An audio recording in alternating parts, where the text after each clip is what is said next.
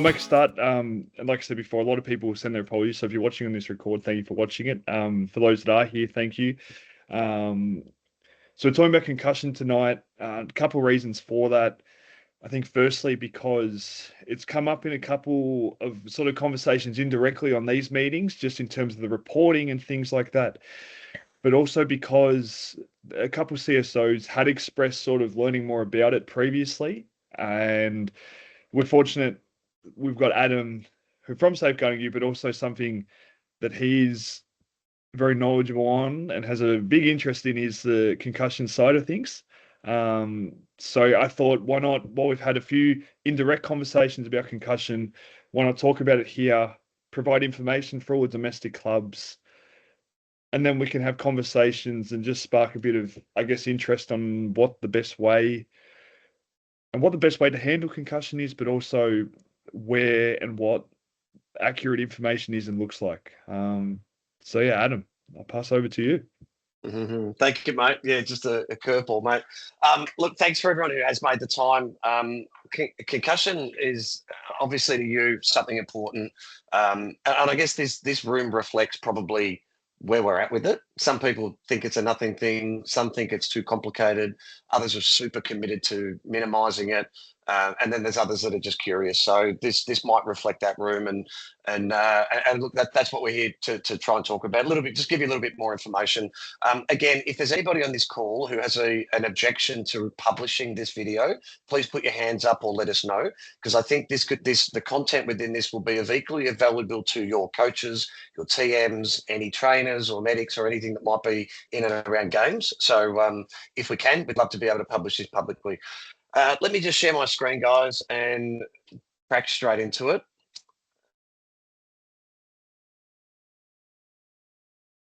Okay. Can you see what I'm seeing now, guys? Can you see the SBA CSO meeting? Yeah? Yep, all good. Okay. So here we're going to talk about how concussion can be made simple. I'm sure has said nobody, but that's our objective tonight. Okay, so why is concussion a safeguarding responsibility? I put this right up front because I know in dealing with other clubs and leagues, the question comes from some CSOs, this is not child safety, this is something different. And, in professional sport, there's no doubt concussion management and safety responsibilities, risk management, they sit in two completely different functions or parts of an organisation. In local sport, it doesn't, right? So if we're lucky enough to have a CSO, question I would ask you, do you have a CO? Do you have a concussion officer? And if you do, fantastic. Well, then maybe that's more managed by that person. But until all clubs have a concussion officer and a CSO or a child safety officer, believe me, these are two functions that are ultimately responsible for through the one party. And I just thought I'd show one slide, right? So I'm sure most CSOs and anybody on the call is aware of the 11 child safe standards through the Victorian Child Safe Standards. Standard number 2, and I just put this out here because I think this really actually shows why this is a relevant point for what we're trying to do. And 2.2, a child safe culture is championed and modelled at all levels of the organisation from the top and the top down, bottom up. Governance arrangements facilitate implementation of the child safety and wellbeing policy at all levels. A code of conduct provides guidelines for staff and volunteers on expected behaviour standards and their responsibilities. And risk management strategies focus on preventing, identifying and mitigating risks to children and young people. And then last, staff and volunteers understand their obligations on information sharing and record keeping. There's lots of words in there that make a point that I'm going to cover in more detail over the next slides, but I just thought I'd call that out there for anybody who might be wondering, is this a CSO thing? Is this a safety thing? Also published last year by both the Australian Institute of Sport and the AFL. Other codes have different standards of concussion management. SBA, BV, BA, they've all got concussion policies. Nothing that I've seen yet as sufficient as the AFL and the AIS Guidelines on managing concussion in community sport. And we'll go into a bit of this in detail, but the real high takeaway is recognise, remove and refer. Recognise that a concussion might have happened. If you do, remove them from play so you can assess and diagnose if a medic or an appropriately trained person there for a diagnosis, and then refer them to someone if you probably don't have somebody on court side that can actually do the diagnosis. So recognise, remove, refer is the mantra that we as clubs, as club administrators, really have to live by. And there's several other takeaways. Little bit of background just on me. You might, for anyone here, you might know me from the CSO calls, what we've been doing with SBA from a purely a child safety standard perspective. But I'm also, we've just launched a podcast on this very topic, the knock-on effect, where myself, I'm no expert on concussion. I'm no doctor or medic, but I've partnered with Cliff, who is. And so the two of us tackle this conversation from a community sporting lens. And so there's a few podcasts, if you look for that on YouTube, and you want to go a little bit deeper on this and learn about why we're doing this podcast. And then the second one was the game day protocols. What should we do on game day when there's an event, an incident? And then what are the return to play protocols? They're the real big pieces to this puzzle that as clubs we need to be aware of, learn, improve, and then put measures in place to make sure that we manage it. So these are just a few slides, and I'll run through them quickly. I'm happy to go one-on-one with anybody that wants to go deeper on this. I'm also mindful that that some may not. So these are some slides from the presentation, from the videos that we did in that podcast, but they're really relevant high-level points. And so why concussion and why now? What's changing community sport is that there's a much greater expectation on clubs and leaders and responsible people in the room to save the player from themselves in some cases, to be a wall between really competitive parents, or just to be aware of why this is a risk, not least legal liability, which we'll touch on a little bit. But why is everybody suddenly talking about a duty of care? Again, that kind of ties back to legal liability and what's going through the courts right now. And what's the risk of doing nothing? We go into a lot of detail about that. And there's a lot of clubs that just still choose to put their head in the sand. I'll also point out right now just the difference between different sports. And one thing I'm really encouraged about basketball that I've noticed even in the last month, we're talking about concussion now as a priority amongst the SBA. Other leagues are talking about concussion. Only a year ago, I was getting told more often than not that, well, we're a non-contact sport, so concussion really doesn't impact us. And I've noticed that change dramatically over the last 6 to 12 months, so much so that we're here now because concussion, and I'm not going to get into the science and the detail about it now, but it ain't about you hitting your head on something hard and that's causing the concussion. It can be whiplash. It can be fast jolts. It could be that you cop an elbow or an arm, a swinging arm in a gameplay. Netball and basketball are equally subject to concussion risks as any other sport. So just really important for anyone who might be wondering, is this really a thing for us? It kind of really is. So in the podcast, the knock-on effect, what are we trying to do? And this, I put this slide in because it's super relevant, right? What we're not trying to do, we're not trying to shut all this down. If you're familiar with any of the conversation around concussion in sport, you've got two camps. One is concussion can lead to CTE, therefore we should cancel all contact sport. And then you've got the other camp is like, well, we know about these, we can minimize the risk, but let's keep sport going. And we clearly sit in that camp of we're just trying to keep sport going. We're not trying to keep kids, ring fenced or diagnosed incorrectly and sitting out for 21 days and all of these things that a lot of players, parents, and some coaches are concerned about. We're trying to demystify a lot of the thoughts that might be inappropriate around this space.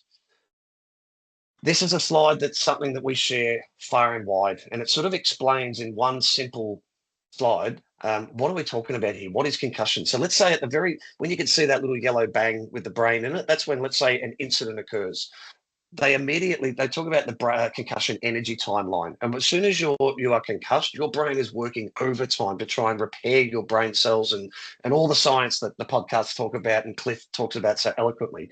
But your brain's trying to recover. And often we'll get to a point where kids will get to 5 or 7 days and then they'll start to feel better. And that's the biggest risk that you have of having a second impact and deteriorating your symptoms and your return to play protocols. And there's all sorts of risks that go later into life, but I'm not going to talk about them because I'm not the expert. But there are serious issues of ignoring the risks of concussion, and they're cumulative. And this sort of slide here is designed to show you, if we get to that 10 to 14 day mark, when a lot of players are feeling good again, and you get a second concussion, that's when it starts to impact worse and worse and worse. And you can see it's sort of a deteriorating thing. And the idea that most of the science that's out there says we're saying 21 days by the AIS and the AFL guidelines. It's actually 21 to 30 days post symptoms.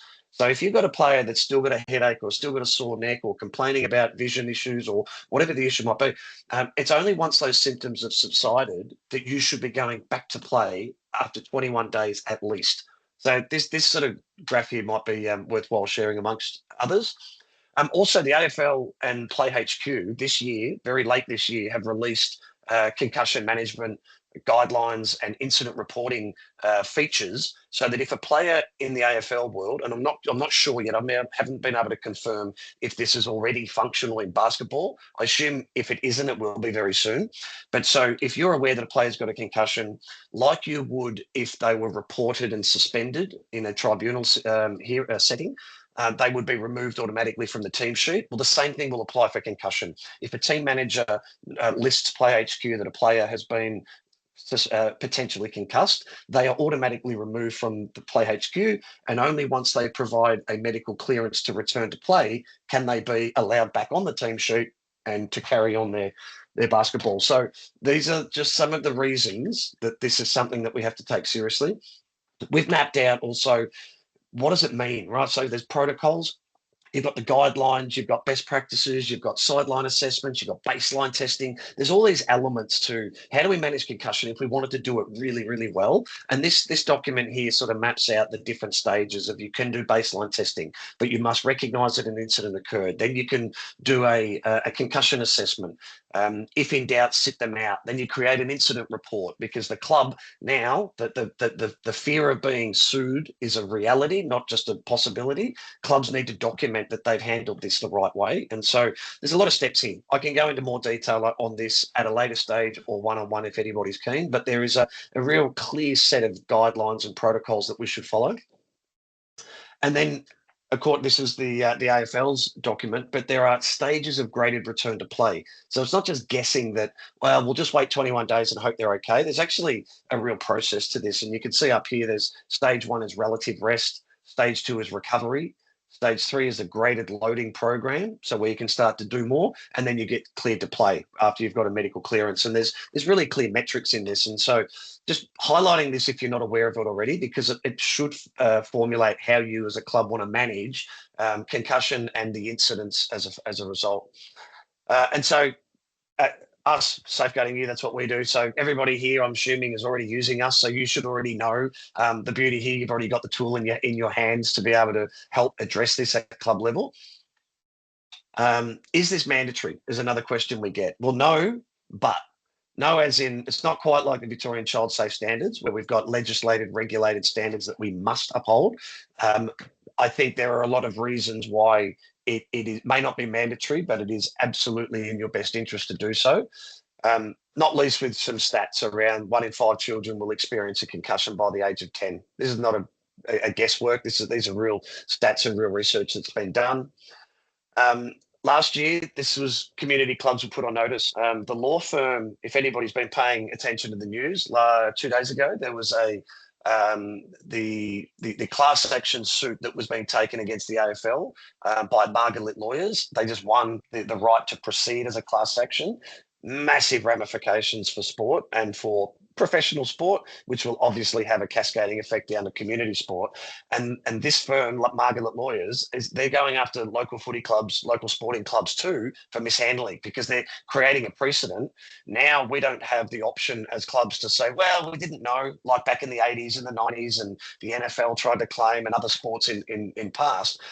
Now we know what we know. There's no more excuse for a committee or an executive to say, "Wow, we just didn't get around to it." And law firms now are the stick approach, right? If the carrot approach is we should look after our kids, their mental health and well-being should be at the forefront. There's the carrot. The stick is, well, now you've got law firms that may well be after you if you don't get this right. So that's one thing. And then also, what CSOs are saying.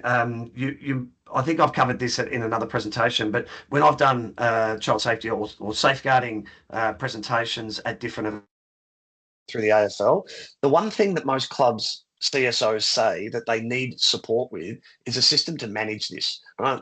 Most people in the role of CSO and those that I know in concussion officer are really, really well trained in those areas. They might be teachers or police officers or medics or whatnot. So they know what to do, but in a club environment, they don't have a system to manage it effectively or proactively. And so these are just some of the reasons. So the solution is we're already using it, right? First thing, you're paying attention to this in this video or this you're in this call, and so you're taking it seriously to some regard. Um, then there's a matter of what do we do moving forward, and so for those you guys already are aware of the safeguarding your platform. There's a couple of slides here I probably didn't need, but the way it works, you start with the program. You would be familiar with our child safety program. So you do the assessment, you work on your risk report, you see where your high, medium and low risks are. You improve in certain areas. You can manage incidents, which is really connected to what we're talking about now. And then some, if they want, can get certified, but that's not expected of clubs. So within Safeguarding You, the platform you're already using, we've just added some really cool features. One is a sideline assessment. In here, you'll see that we've got an incident management system. And in there, you can click on a thing up here called external reporting link. When you do, you get a unique QR code and a unique link to your own version of Safeguarding You, which when you share that with your community members, club members, when they click on that link or scan that QR code, this is what they'll see. And they'll come to an external reporting an incident or conducting a concussion assessment automated tool. We're also building out some AI co-pilot agents to be able to help with Charlie, the concussion helper, Sammy, the safety, and Rolly, the rules helper. I know it is what it is. That's coming soon. But the point being, this is already in your system. So download your QR code, share it with your community members, coaches, and TMs, and then they can come here and either click report an incident or most likely conduct a concussion assessment before they report an incident in the concussion world. When they do that, they would scan the code. Once they've clicked that, it would then you report the incident details. You do the signs and symptoms. And what this means, if you're not familiar, red flags and symptoms are what we're looking for in the concussion world. If somebody gets a potential concussion impact, what you're looking for ultimately is there a potential brain bleed? That's why we have to take this seriously, because if it's ignored and a brain bleed goes home, you can imagine what could happen. So the idea as a red flag checker is to say, are they convulsing? Are they passed out? Are they knocked out? Have they got a headache that's getting worse? There's some things what we call red flags that should be inspected immediately. And if so, sent straight to hospital. If not, but they're not feeling the right way, they're a little bit groggy or whatnot, then there's symptoms. And so you can check through those symptoms. You then document what action was taken. Did we send them off? Did we let them get back? Maybe they passed everything. They weren't feeling anything. There were no red flags. They could answer all the cognitive and physical functioning questions. So just let them back on again. And that's the point. We're trying to illuminate when there is not a potential concussion so that kids can get back to play. And then you submit and monitor that. So this sort of graphic here shows you how it kind of works. But from a club's perspective, this is all about how you manage, document, and evidence that you've done the right thing in the moment. Because all of this stuff, if you do it best practice right now, you'd be printing out a CRT6 form or an AFL head impact assessment form. You'd grab your pen, you'd be filling out the form. And then what I've seen this year in footy is people then just throw that away. And so this is about documenting and evidencing what you've done. Incident management, super simple. This is different to concussion assessments, but it's very much connected to it. So if you, let's say, you do a concussion assessment, you've determined they either are or they aren't concussed. Well, maybe after the game, when you get home, whenever it might be, you would then create an incident and you can tag that assessment to an incident so that the club can monitor the return to play of that player in a transparent way. And again, this is all about you guys. This isn't about player registrations. It's not a PlayHQ. It's not a training system. This is about the governance function of the club so that you can evidence and manage things proactively. The programs, we are getting very close to the end, and then we're going to turn straight back to Greg into Q&As. But the programs that we've got, so we've got a concussion protocol program. You don't have that now. You've got the child safety program, but you have access to everything I've just shown you, the incident reporting, the concussion assessments, all of that's already in there. We've got a club governance program, which we've just built out with one of the football leagues around how do we make sure that not only child safety is addressed, or concussion, but what about club governance, i.e. the responsibilities of the president, secretary, treasurer, VP, registrar, CSO and concussion officer? That's what this program is. It sort of takes the PDs and the roles and responsibilities and automates that in the same way that you've done the child safety program. We do something similar with club governance. And then this is the one you've got, the club governance program. This is the AFL one. You've obviously got the BB one. But yeah, that's a little bit of there where I'm wrapping right up. By the way, our programs also, we know that some clubs are doing it tough, and we've tried to work out how can we be cost neutral to clubs. We got word last year from Sport and Rec Victoria that we are an eligible expense under Category 2 of the Sporting Club Grants Program. So whether that be the league are paying for this or whether you as a club pay for it and get a grant, we're trying to make sure that whatever the cost of our thing is, which we try to make as zero cost as possible, can be redeemed by clubs that might need it. And so let's make safeguarding easy again. So that's my presentation, Greg. Let me come back to you and maybe just open up. I'll leave the screen up so that we can talk through things. Maybe I won't. Maybe I'll come back to something if anybody does. Stop sharing. I'm back to the group. Greg, to you, mate. Did that make sense? Could you hear me? What questions come to your mind, mate? Did I go over anything too quickly? No, I think, well, firstly, yeah, sound was all good. That was great. The information covered. I just had a few questions that I had received that I thought I'd just talk about really quickly. I think the main thing with this, Adam had the stat with child safety officers, like 54% of CSOs asking for a resource to help in this space, help document. Now, if you're watching this and you're part of the 46%, where if you've got something really effective in place and you are happy and confident with how you're managing it, or if you have a medical expert in, like as a parent or a volunteer in the club that has something in the space already and it works and you're documenting it, great. But as the stats said, the other half don't have anything in place. So, and I guess that's sort of, the main thing we're showing all the resource tonight. So you're not seeing they're going, okay, this information is great, but what do I do? We're fortunate all that resource is there if you don't have anything in place. So I guess the main thing for me. If you are stuck, we have resource, which is positive. But at the same time, if you've got process in place that works, great. What else did I have? I had one thing. I got received the question a few weeks before, and one of the things that prompted this call was I got asked about the referee's job in a basketball game, specifically about the management in the day and in the game. So, like from a basketball point, the ref's responsibility, they won't stop the game immediately. Well, if someone falls down, they don't stop the game immediately. But I'm not too sure what the specifics are in AFL land, but in basketball, they will stop the game when that player's at risk. So, for example, if they've fallen over for whatever reason, if it's a head knock, as we're talking about, if the play goes down to the other end and the other team gets the ball, once there's been the possession switch, then the game will be paused, and then that's when that can be treated. Is that the same in AFL land, Adam, from your understanding? Really speaking, mate, and it's done on a sort of a case-by-case basis of the severity of the incident. If the umpire can see that this player is convulsing on the ground, they will absolutely stop the game.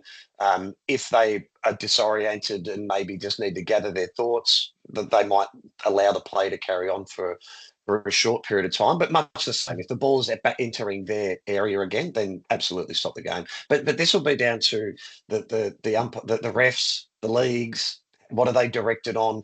I've noticed this year, interestingly, in footy world, which again is different because we've got facilities and we therefore get a lot of medics on call, usually for most grounds. This year, the medics have taken a way more active role in actually managing concussion rather than just saying, well, you might have a concussion, go and get a diagnosis. They'll actually walk them through the assessment because the assessment has become so much more known and more standardized so that, coaches, parents, anybody can do a CRT6 form because it's just asking the player in the moment, are there these red flags? Are you experiencing any of this? No. Are you experiencing any of these symptoms? No. What's 1 + 1 + 3, right? And there's a series of questions that you can just get to the bottom of. So I think that's changing the way, even in such a short period of time, from the year before to last year to this year. I've seen a much more engaged, even medico team that are the ones that people would expect to know more about it. Last year, they would seem to be hands off. This year, a lot more hands on because of the resources that are around, and maybe because of the demands of committees, boards, leagues, those sort of people that are saying, sorry, we can't ignore this anymore. Yeah. No. And the other important one that it's sort of come up recently with lots of players, both on both genders now, playing multiple sports, especially with footy. If they get a concussion in one sport, let's say, for example, they get a concussion in footy, what happens if they're playing basketball, but we haven't been told as a club? And it sounds sort of basic, but I think it's important for everyone to hear. If you're, as a club, are not told that that player got a concussion, well, you can't do anything about it, and you're not going to be responsible for that. But it's different if you are aware of it. And then as Adam went through, I think the three R's, the recognize, remove, and refer, especially in game and on game day, I think is really simple and really positive. Like when in doubt, you've seen it. It's just a removal of it. It's better to be on the safer side.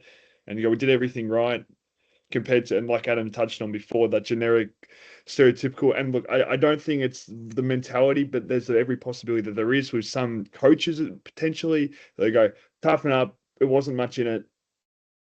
Just get it back on. Suck it up. You'll be fine. When, as Adam discussed, and I won't ramble for too long, but that importance of there's anything minor, just it's better to be safe with this stuff because if Yep. the risk of it. And I guarantee you, mate, we've all got coaches that do this, and it's not vindictively. And it's probably awareness and education, right? Like different generations grow up with different expectations, and come on, if you don't know what you don't know, how can you be expected to act seriously about it? That's what this is about, and this is what our podcast is about, right? Trying to talk in a little bit more detail than a 3-second or a 5-minute grab. What are the impacts of this, right? And now we've got, particularly in the AFL world, for anyone who watches that, the last 2 or 3 years with Angus Brayshaw and Nathan Murphy and Paddy McCartan, and there's all these players every year that are getting medically retired at the age of 25. Kids can now relate to it. So there's been a massive change. And I didn't want to miss the question that you made before, Greg, around, if somebody gets a head knock on a Saturday at basketball, what about football on Sunday? What about school on Monday, right? This is a massive issue. This is the utopia of concussion. I don't see when we get there yet. We are working on it with many, many different interests.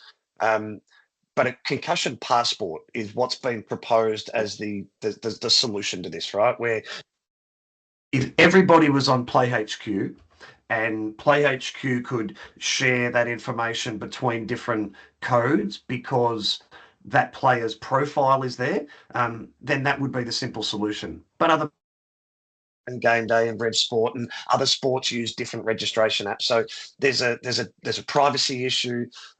There's also a separation between what's the player's responsibility versus what's the club's. Players' responsibility is to get that medical, get the diagnosis, get healthy again, get the medical clearance to return to play. Sure. What's the club's responsibility? Well, it's overseeing that, making sure in the best interest of their players that they get back, healthy and that they can play a long life of sport, rather than miss it and then they get another one and then miss it and then they get another one. And that's when you've got, lawsuits and mental health issues that are driven that could have been avoided potentially. Yep. No. Great. Was there any questions on the call? I'll sit silently for 20 seconds if there's any questions here. None from me, mate. No. It's all good. But I think like with all of this, like I said, with this concussion stuff, and like Adam spoke about, it's becoming more relevant. I think more knowledge, more conversations about it. But the biggest thing, documentation of it. And as I said before, if you've got a process in place that's organized, great. But if you need support and you need a resource, it's right here. And it's cool because it's set up for concussion as well. It's not just fill your incident out and store it here. Like it's a step by step. It's got everything there that Adam spoke about. And again, as always, if there's questions here about concussion, about anything, if you want these topics to be a particular one, or you want there to be more time spoken about something, please talk about it. Again, I like the point Adam made it on the last call. This isn't just like a delivery of information. That's the important part of it. but there's also, we want it to be like an element of collaboration. If people have different ideas, we come together, and yeah, the more conversations we can have, the better.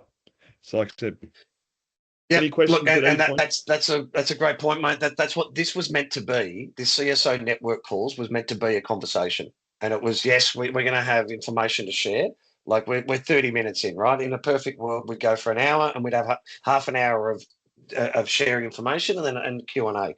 Maybe that's not what this audience is here for today, but I think that's what we should try and encourage next time. Is that we want to hear from you. What are your challenges? Right? Are you here because you feel obliged to be here, or are you here because we actually want to get into the weeds of what are the safeguarding, what are the concussion issues that clubs are facing that we can actually learn from each other and improve individually, but ultimately collectively? That's what we're trying to build with this. Yeah, and just in a space where we just have, it sounds silly or comical in a way, but just conversation. And it might not be like we have direct answer, but if we've got multiple people and we're thinking the same, well, at least we can go and find out answers together. Yep, absolutely, mate. We've got a BV. I'm regularly reminded BV have an open door policy, and part of what our learnings can be shared there, and we can learn from them. So, all right, if there's nothing else, mate, let's wrap it up then, mate, and wrap it up. we'll Then get we're this done. recording Yeah. out to everybody else. But thanks for your time, buddy.